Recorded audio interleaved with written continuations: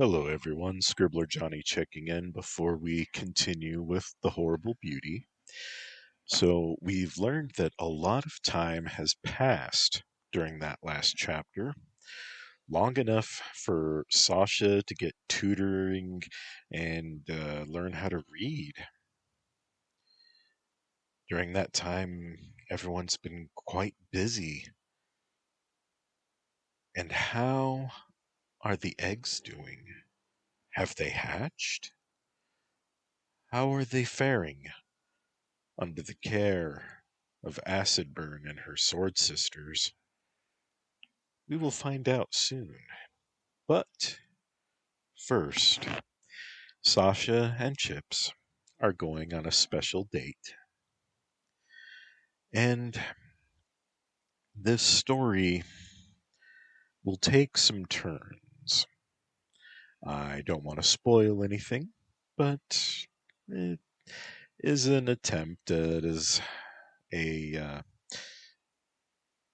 younger and less experienced version of myself and as a writer that I wanted to do different things to mess with expectations. And it's rough, but I can see the kernels and the seeds of things that would grow into my writing style and are noticeable in things like Masks in Yokohama. But I will now resume The Horrible Beauty. I hope you're comfortable, and thanks for letting me come by. Got a nice, comfy seat myself, and it's a nice place you got here. Thanks a lot. I hope you enjoy our time. Sasha began to preen, jingling her bells often. She flaunted her relationship to Chips, holding on to him and always being sure to refer to him as husband or dear instead of by his name. And there out in the market, they saw a Vienna woman who was wearing a veil and a very form-fitting dress, and a summoner's hat reached out to catch their attention. "Caller," she said, using the informal name used by summoners. "A moment, please." "I always have a moment for a fellow caller.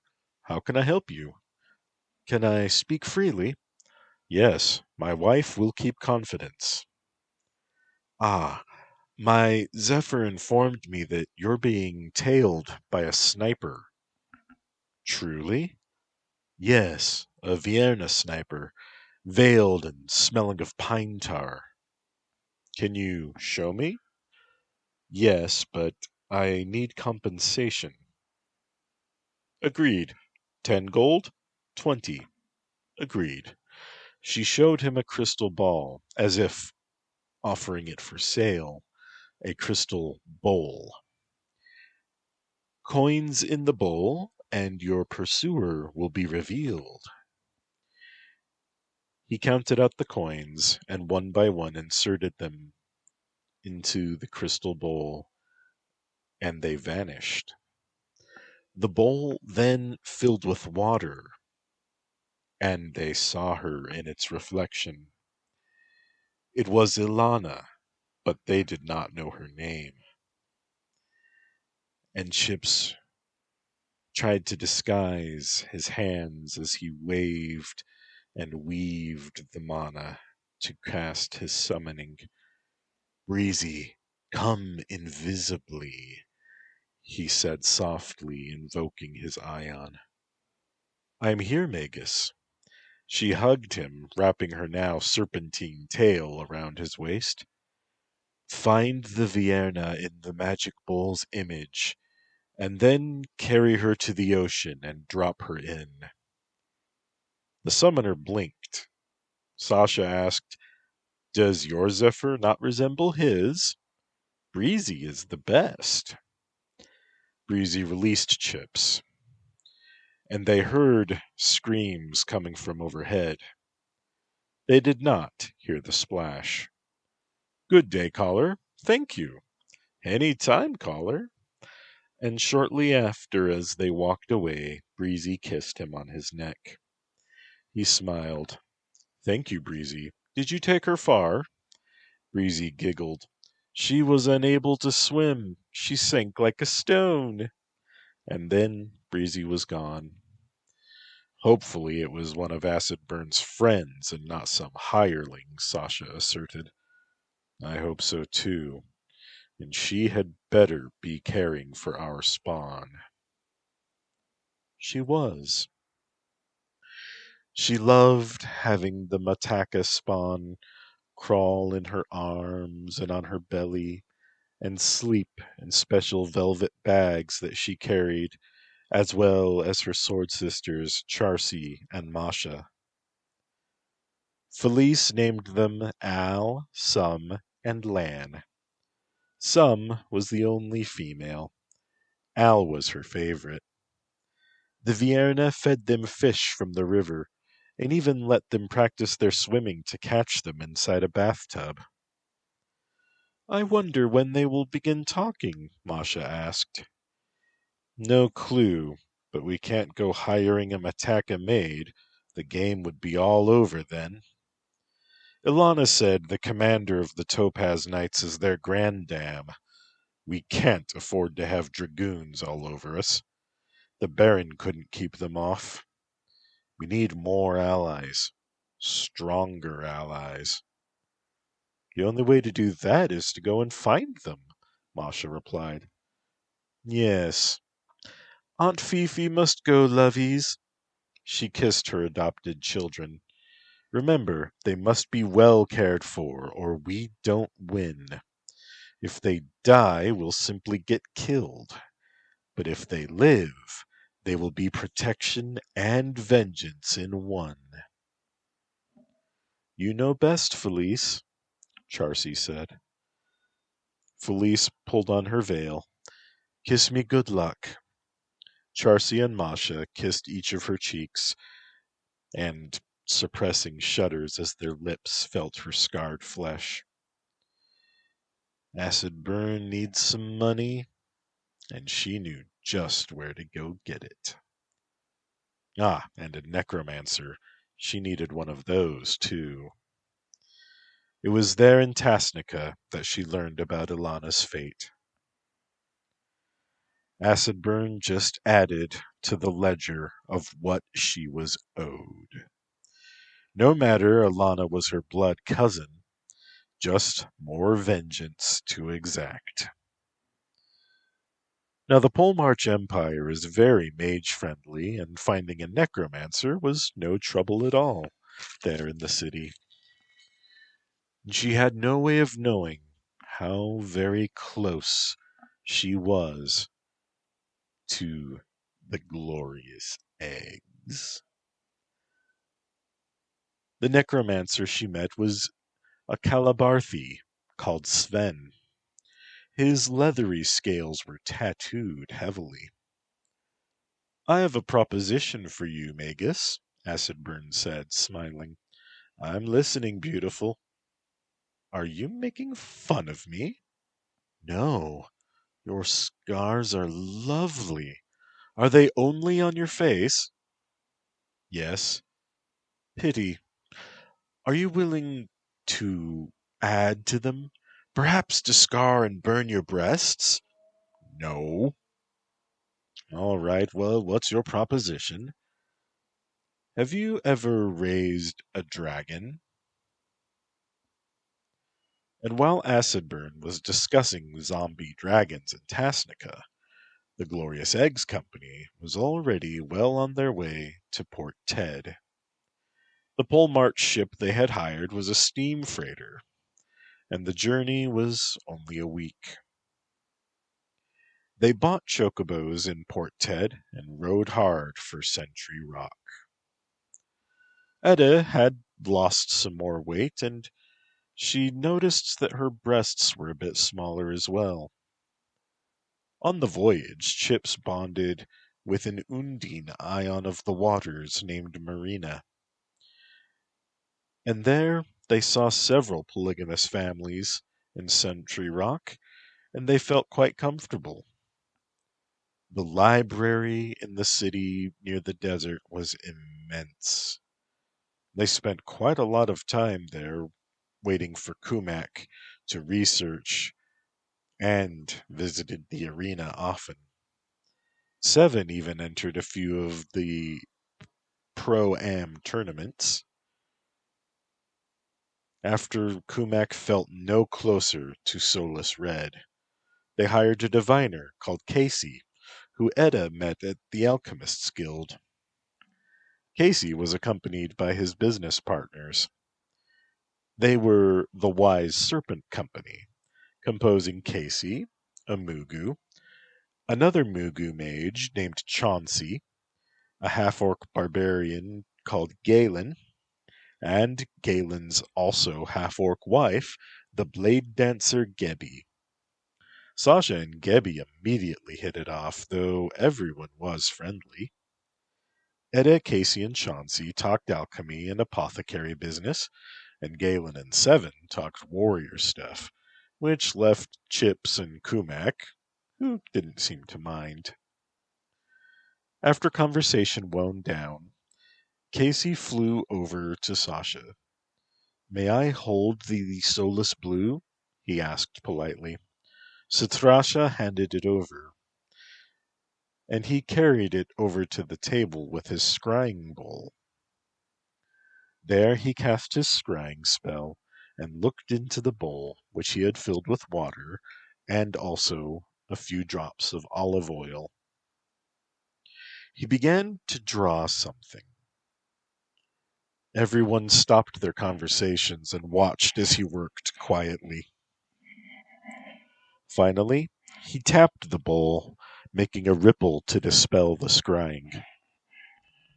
"I saw it. It's in a cave there in the great green desert.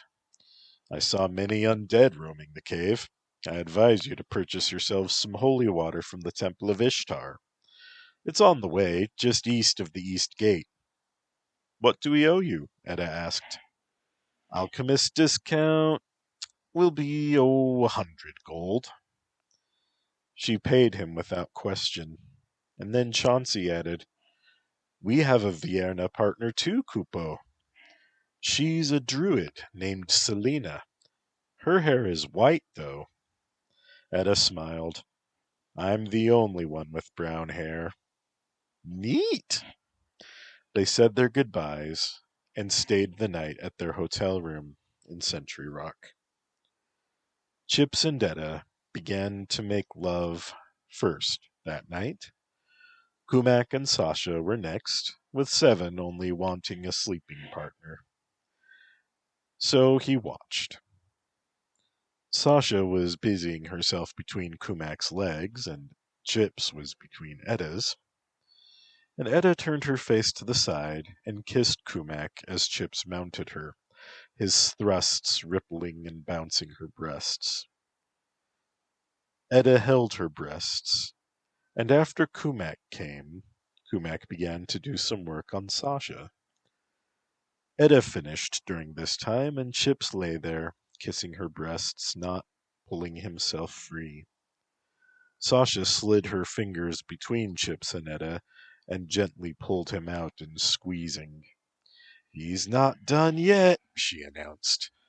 "Ooh, me next." Edda kissed him and said, "Take care of Kumak."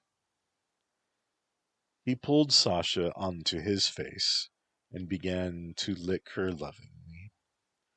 Kumak mounted him, sliding inch by inch slowly, and she pulled on Sasha's tail, making her moan. The next morning, they retrieved their vochos from the stable, and they headed out. They saw priests of the unconquered sun attacking the Temple of Ishtar. They could not stand for that. They rode and scattered the attackers. Seven and Sasha dismounted, and Chips summoned Marigold. Marigold, come to me and slay the sun priests. This was the first time his family had laid eyes on Marigold, and they were quite shocked at her appearance. She blew a cloud of noxious gas at the priests of the Blood Sun, making them cough and gag. The Ishtari were unharmed. Yes, perfect, Marigold! Chips praised her. She blew him a kiss. The priests of the Blood Sun ran and dragged their fallen comrades away. Marigold dropped into the ground and her clouds dispersed. The Ishtari strode forward. Oh, many thanks, strangers. How can we be of service? Well, we need some holy water, Etta replied. We'll pay.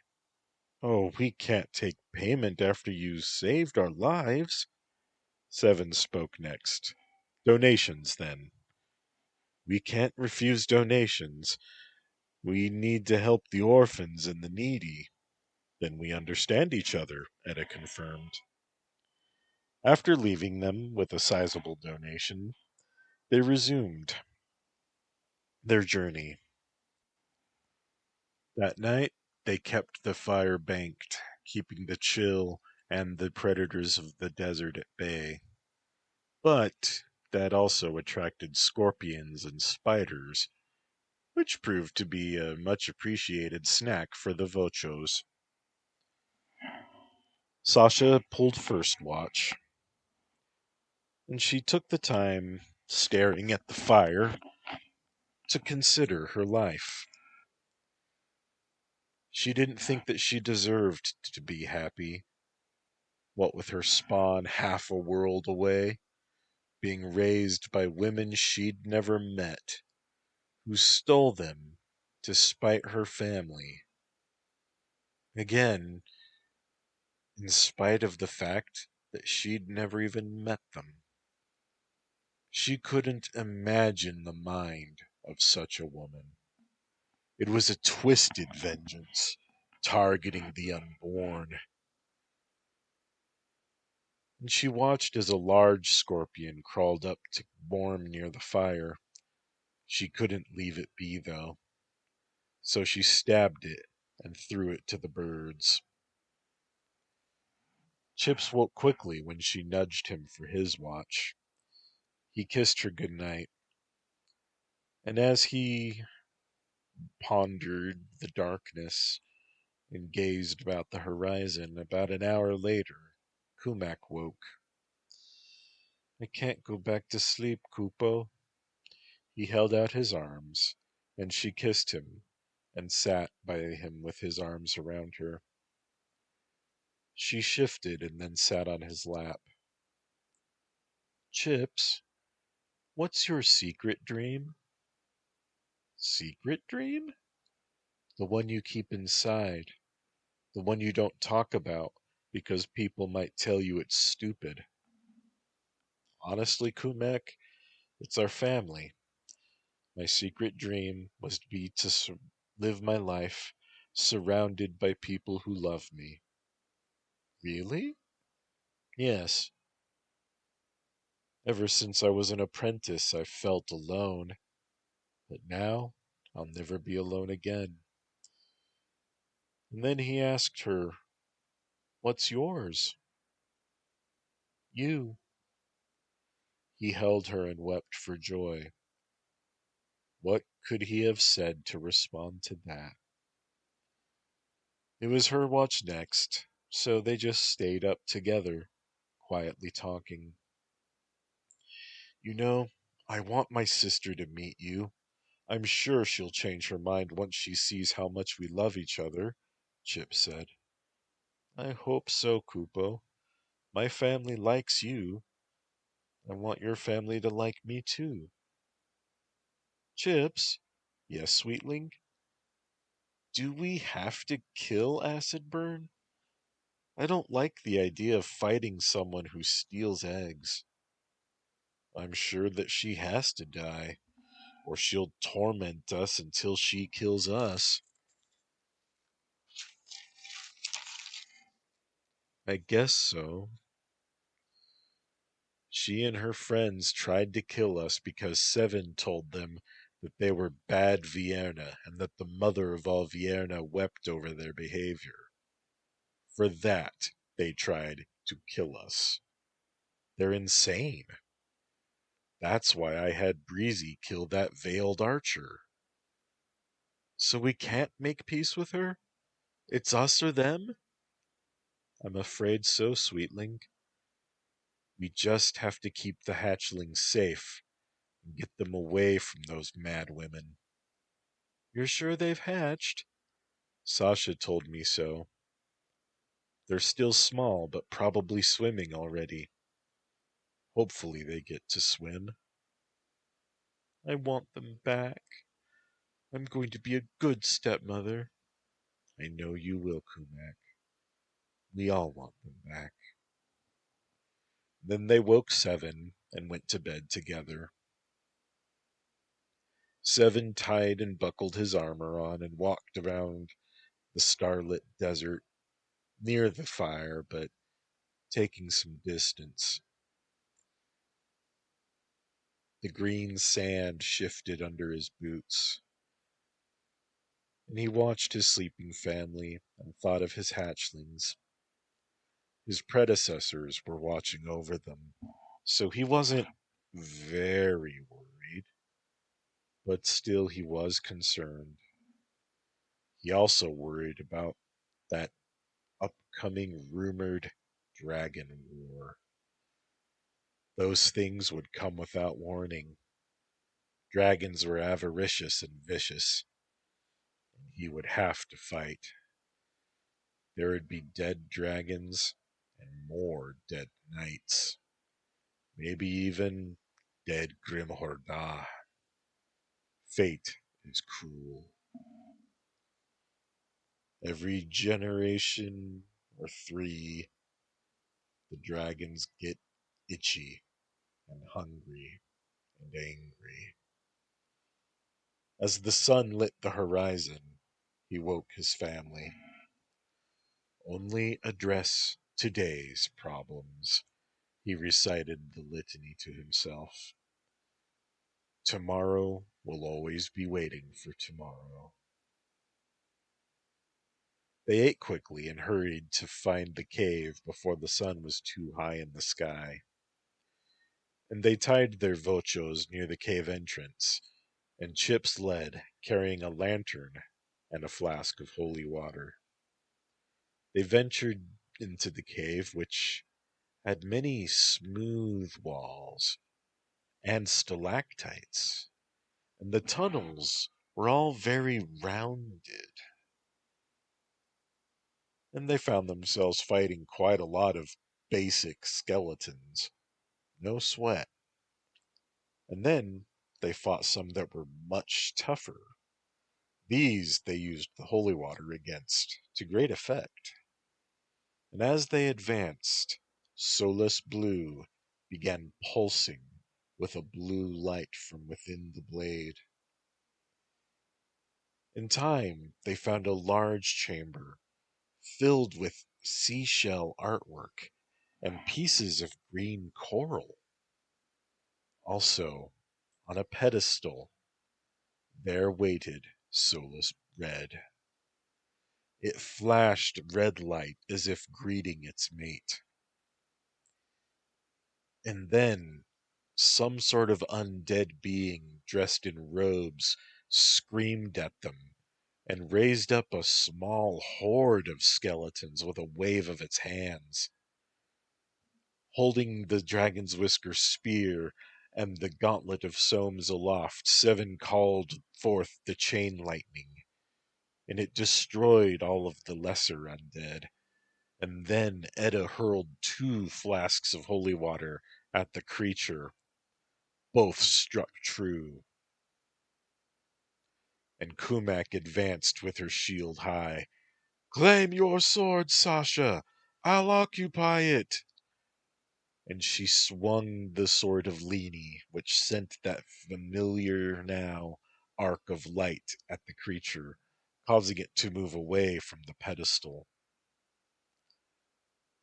In the light of a fireball that it conjured, they could see that underneath the robes, this being was also quite skeletal.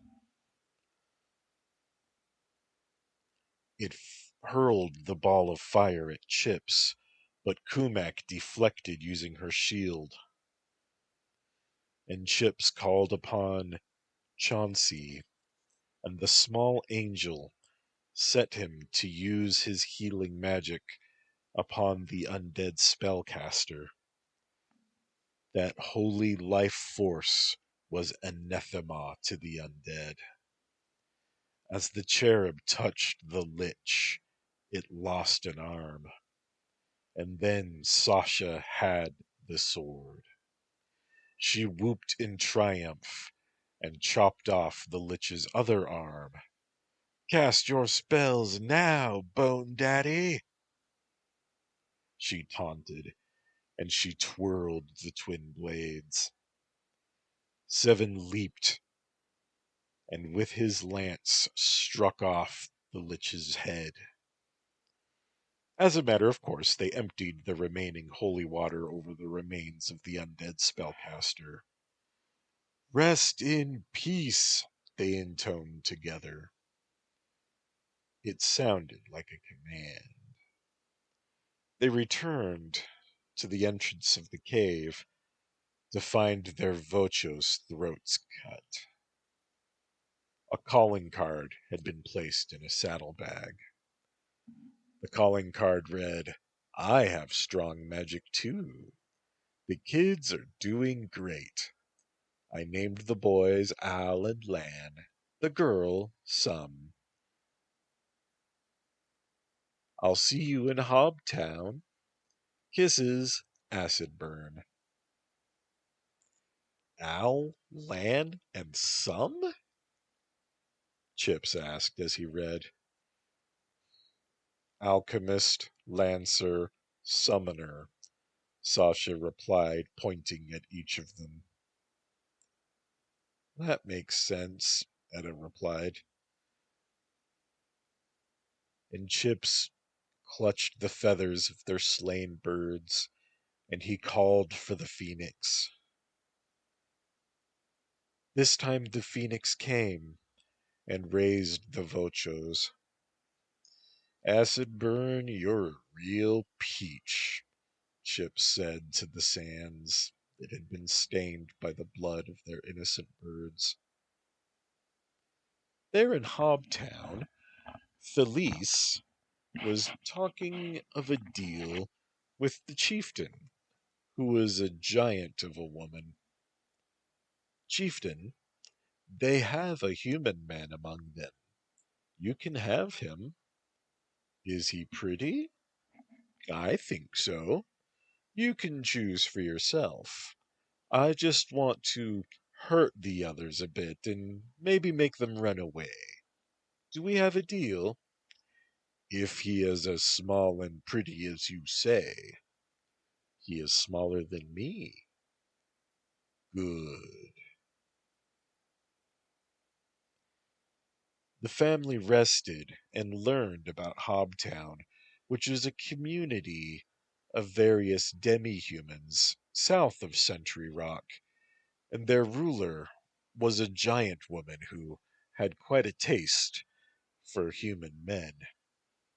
"Obviously," Etta said, "it's a trap. I say we just leave and let her squirm." "I say we capture her and I cut off her tits for every time she doesn't tell me where our spawn are," insisted Sasha. "She's only got the two." "Then we heal them back and cut them off again. Do try to keep up, darling." "Damn, Sasha, I'm glad you're on our side," Kumak said. "Yes, love." "Or I could burn them with acid, or burn her hands so that she can't cast her spells," Etta suggested.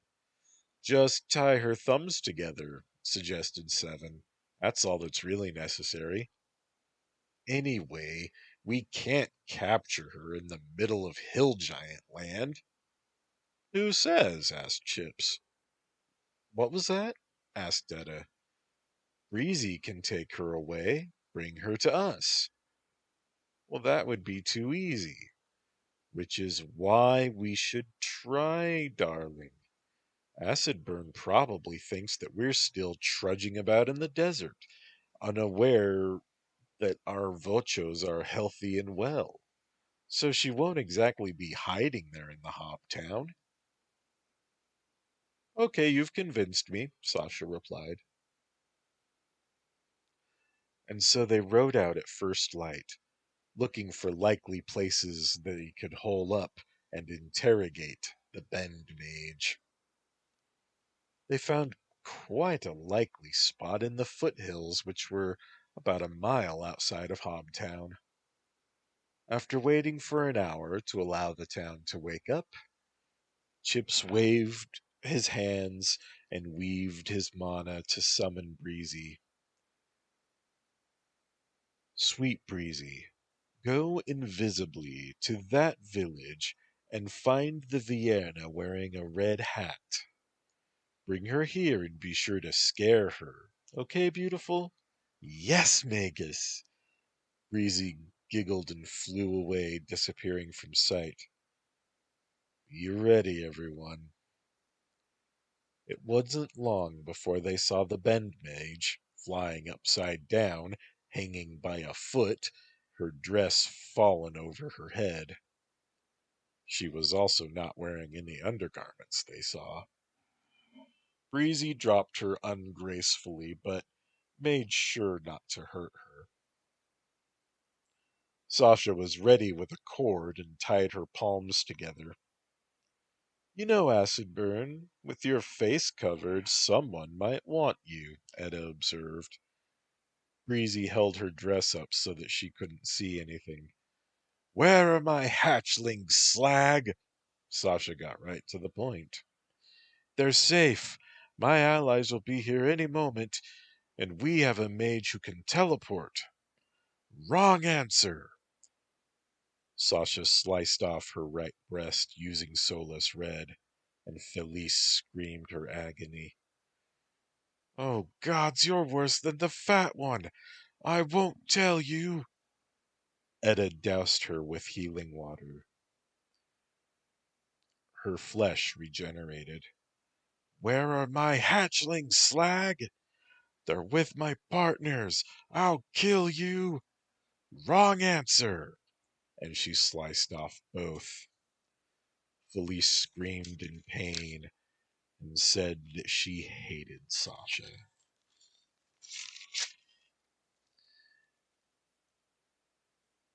Again, her wounds were healed. You can guess where this is going, Sasha said.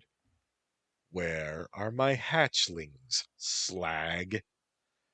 Damn it, Necromancer, where are you? Breezy answered, He homed in on your hat. He gave up on you and went back to the village. Wrong answer. Wait, please, no more. You aren't answering my question. Sasha placed the blade on Acid Burn's chest. No, no, I'll tell. Messing with my eggs was a mistake. I hold Solus Red and Solus Blue now. My husband has the armor, gauntlets, and spear of Sones. My co-wife has the sword of Leni. My other co-wife has the sword of Somes. And my other husband, why, he has the harpoon of Grimhorda the Fourth. We will kill you and all your friends. Give us back our family, and we will heal your scars. We can call it even. Listen, Felice hissed. I'll tell you where they are. You can have them back. I accept your terms. Sasha pressed down on the blade, drawing blood. You're stalling. Why? I know the chieftain's men are coming to search for me. They'll find me with their trained hyenas. There's quite enough bloodshed. Wrong answer! Sasha disfigured her again and severed her breasts. And then she reached down and mutilated her between her legs. The bend mage writhed in agony and wailed, "They're getting close, Magus." Chips looked at Breezy. "Drop her somewhere and cover the smell," Chips commanded. Again, they doused the bend mage with healing water. "They can't smell you if the Zephyr covers the smell, Slag. We have all the time we..." Damn! This time, Sven had tracked her using her blood and teleported himself and two hill giant warriors right where they were. Sven pulled Felice to her feet, and then one of the giant warriors hoisted Chips and slapped him, knocking him unconscious. Sven licked his lips at Breezy and teleported them away. "What? No!" Sasha screamed and kicked the heap of severed breasts. Breezy was flying back to the village, but with Chips unconscious, he wasn't able to maintain the mana flow to the summoning, and she vanished. "No, no, no!" screamed Etta. Seven calmly said, "We have to be ready for their attack." Kumak wept. Why would they bother? "They have what we want. We have to come to them." Etta hurriedly doused the blood and breasts with acid and ammonia. "Can't let him send undead minions using her blood as a focus," Etta said, thinking aloud. "Good," said Sasha. "Good job keeping your head, Etta." "Okay," said Kumak. "How do we get him back?" "We don't have any other places to hide, so we'll need cover of darkness." "Or smoke," Etta thought out loud. Seven growled. "I can glide far enough to get there to the big house, smash through its wall, kill the chief, kill the warriors, jump back with Chips. I'd need 4 minutes." "Are you certain?" Etta asked. "No." "Wait, can you carry me and Chips?" Kumak asked. He only scoffed, but then nodded. And then they saw a zombie dragon on the wing, heading for them, bone visible from place to place as the flesh had rotted away. Staring at them, Seven said, "Appears to be carrying our old pal Santosh, and presumably the Night Rider, Johnny the Boy, and Bubba Zanetti. Well, what's left of them anyway. I'll be right back." Seven held his spear and leaped to the dragon's leg, and climbed up it, battering the corpses riding it. And then they saw the dragon plummet, and glowing magical wings sprouted from Seven's back as he glided to rejoin his family. "They'll be very disappointed, methinks." He then began to laugh. "So back to my very Kupo plan?" Kumak asked. "It's not a plan, Kumak," Etta said. "It's a fragment of a plan. It's an addition to G's plan. Jump, stab, grab, jump. That's not a plan." "Well, we can get acid burn later.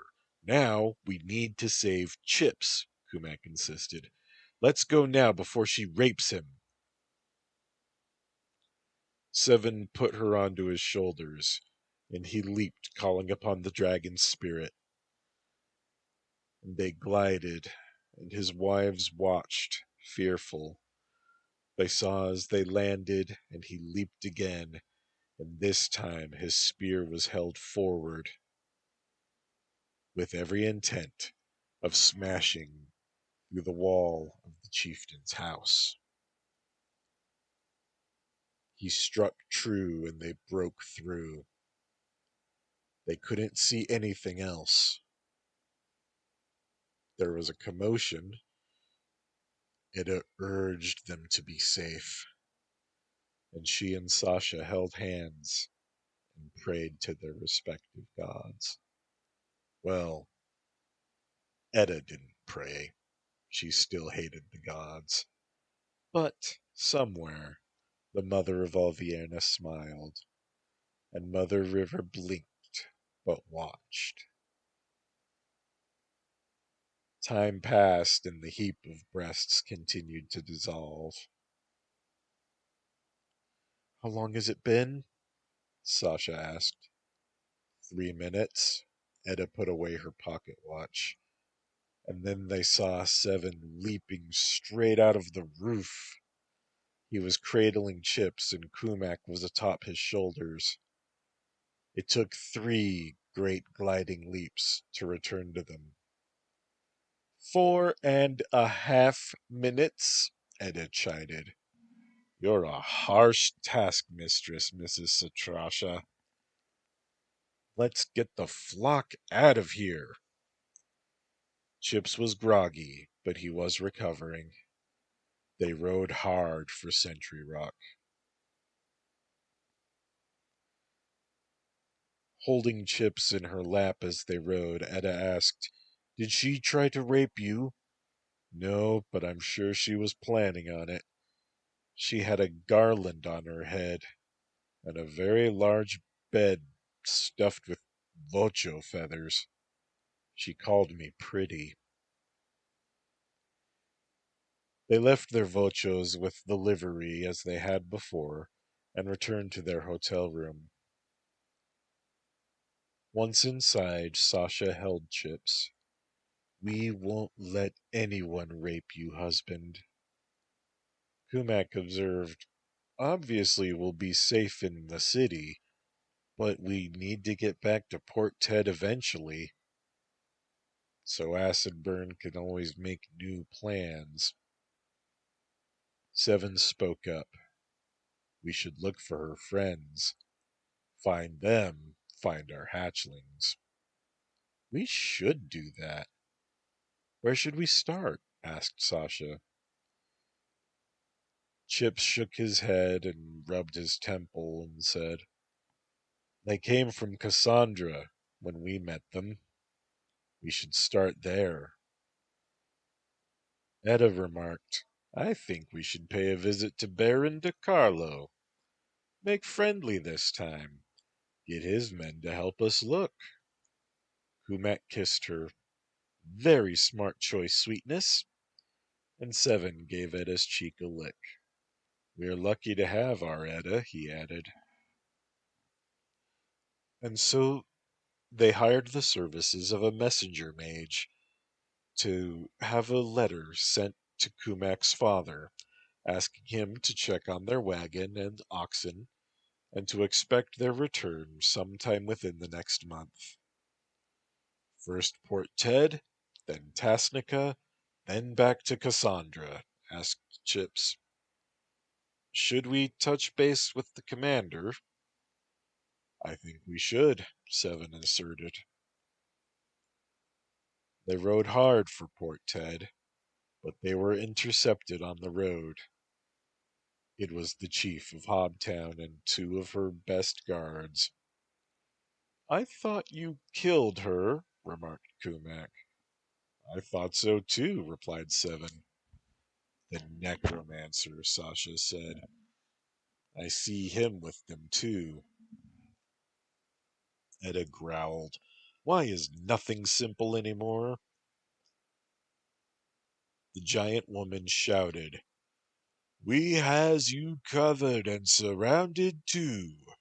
Give me back my pretty man. I stole him fair, you get another. Etta screamed. You can't have our husband. He belongs to us. My men keep breaking, so I need a new one. Let me have him, the chief replied. Kumak growled.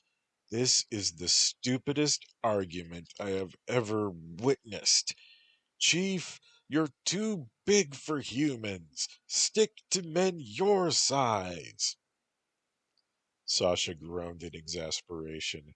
I do not have time for this. She dismounted from her vocho. Chief!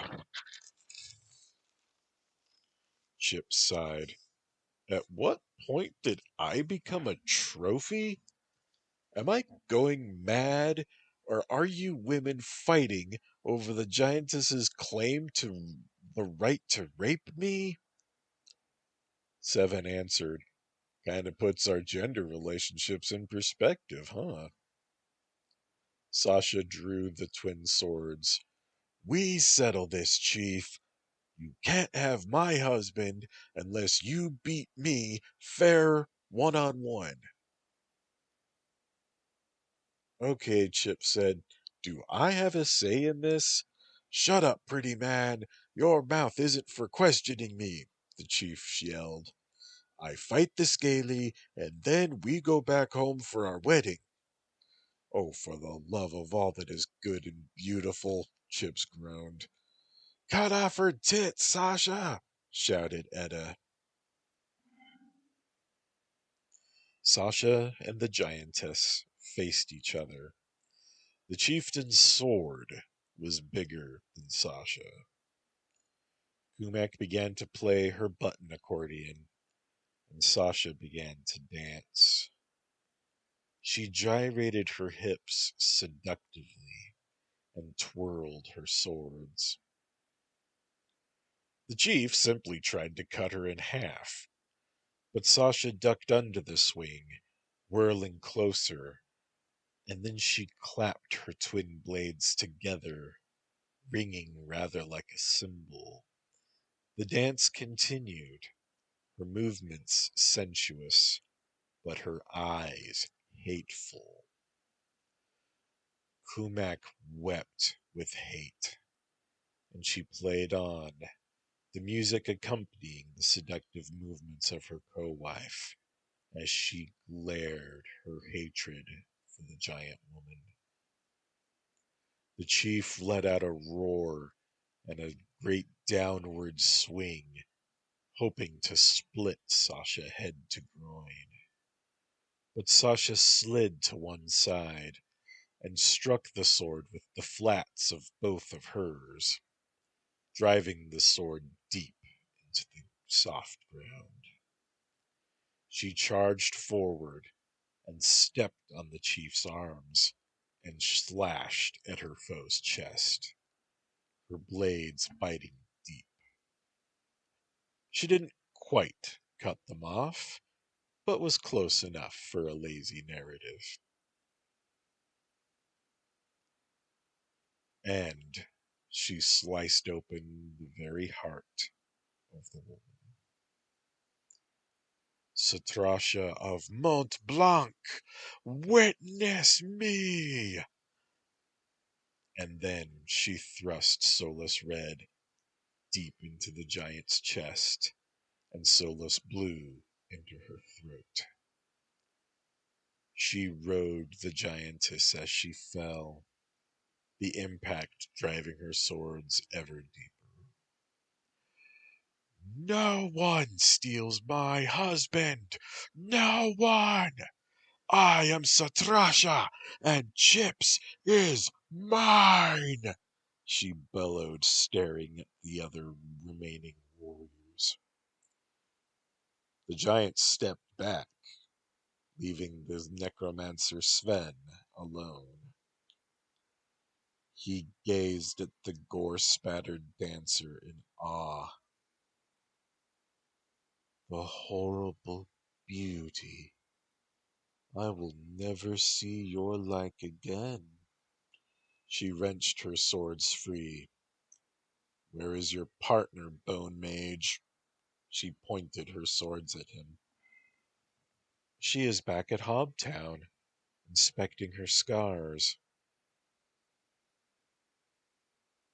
Is her bosom heavily scarred? Yes, they're lovely. You understand I have to kill you, right? If you must. I'd rather you didn't bother. I'll just come back. No, you won't. Sven sighed. He summoned Bubba Zanetti and then casted a spell that caused magical bone armor to cover his body. Bubba was wearing that glossy black armor they had seen him in before, and he wielded a longsword. The skeleton saluted wordlessly and lunged at Sasha. And at that time, Kumak landed on his head, stabbing her sword straight through his spine and wrenching it, breaking his spinal cord. Bubba Zanetti collapsed, and this time left this story for good. Kumak saluted Sven, and then Sasha cut his head clean off with Solus Blue. Edda rode up on her Vocho and dumped acid over his head. Flesh and bone dissolved. Exit Sven.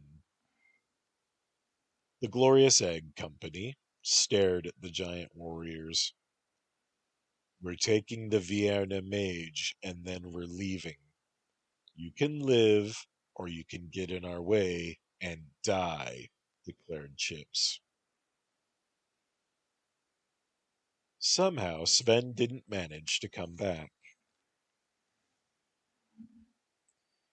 The giant warriors held their hands up in a sign for peace. As they rode to Hobtown, Edda asked, I don't have to fight you for Chips, right? Sasha laughed before answering. No, Edda. He's yours as much as he's anyone's. He's not property. I just put it in terms they would understand.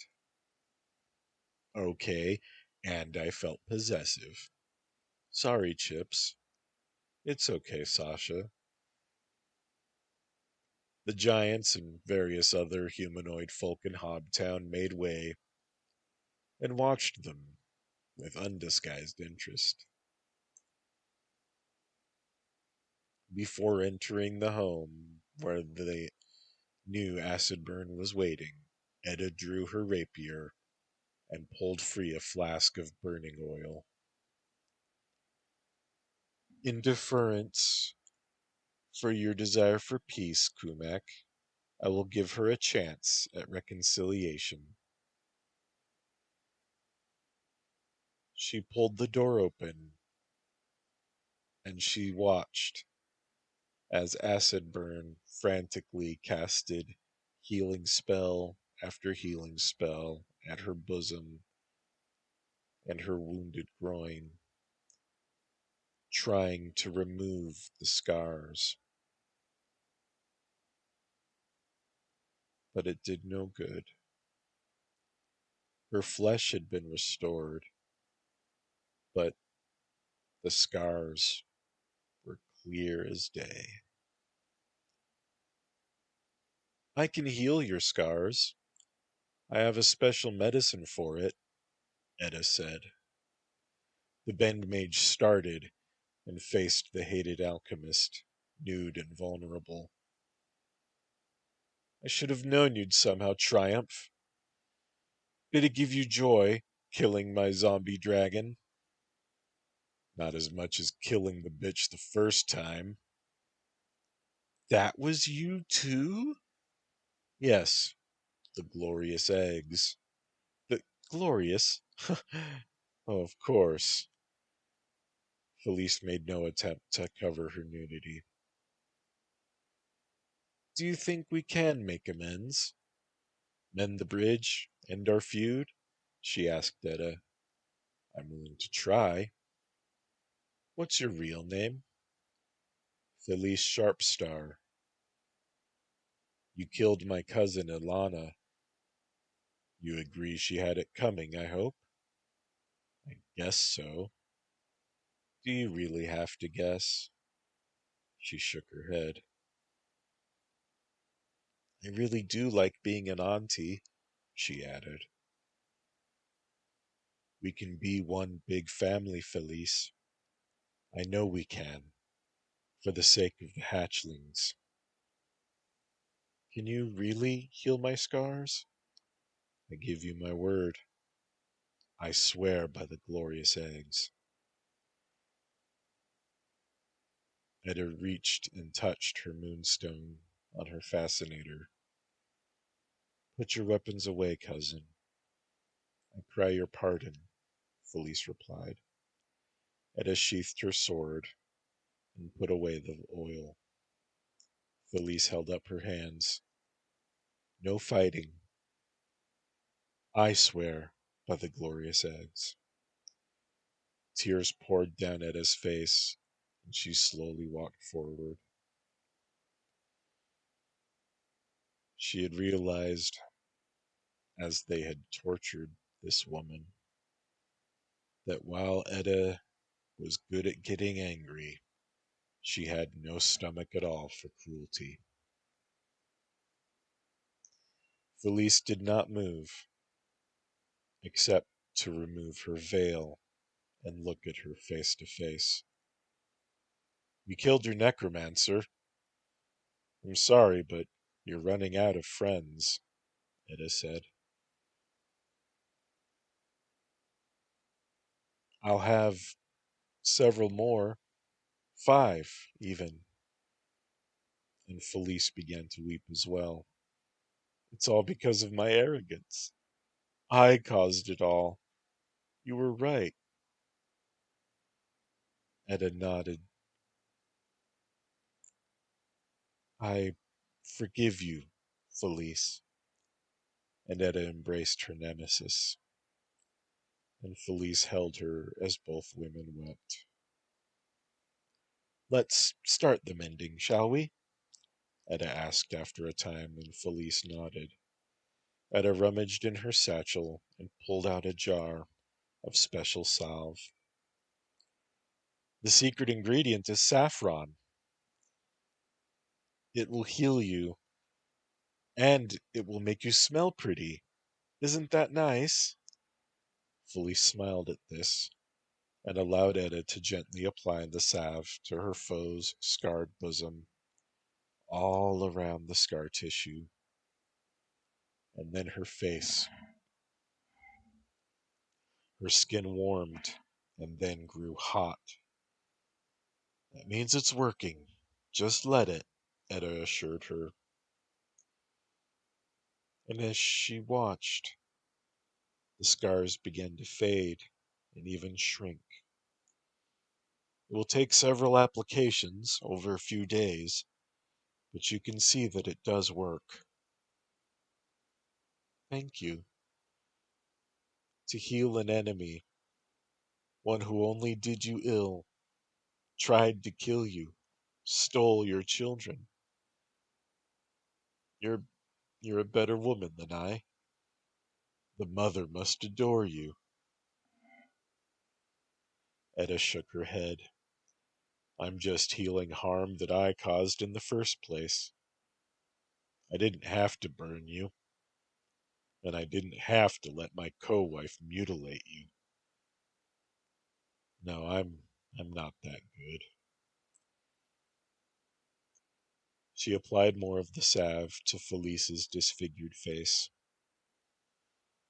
To seal our friendship, I keep hold of the salve.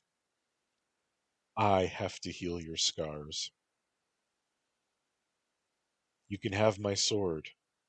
It belonged to my mother, and, as I recall, I owe you for a sword as well.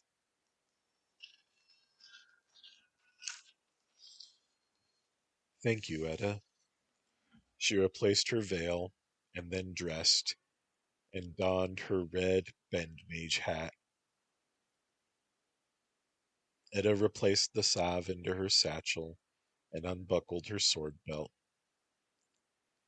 As Felice buckled it on, she cried anew, noticing how much tighter she wore it, but noticing the marks on the belt. "I'm the same size as your mother," she smiled at Etta. "From this day forward, I, Felice Sharpstar, of the Four Deaths, am your sister, Etta. Etta Moonwalker is your sister, Felice Sharpstar." They embraced again. "Time to meet my husbands and my co-wives, sister." As Etta made introductions, there were more tears. Sasha was the most hesitant to forgive, but she looked within, and she learned that hatred wearied her, but love revived her. "Thank you for egg-sitting, sister. Is that what you'll tell them?" "It's what happened." And Felice was embraced by her new family. Redemption feels much better than vengeance. Apologies were exchanged, and they rode out to Port Ted, with Felice riding behind Kumak on her Vocho. Their journey was filled with stories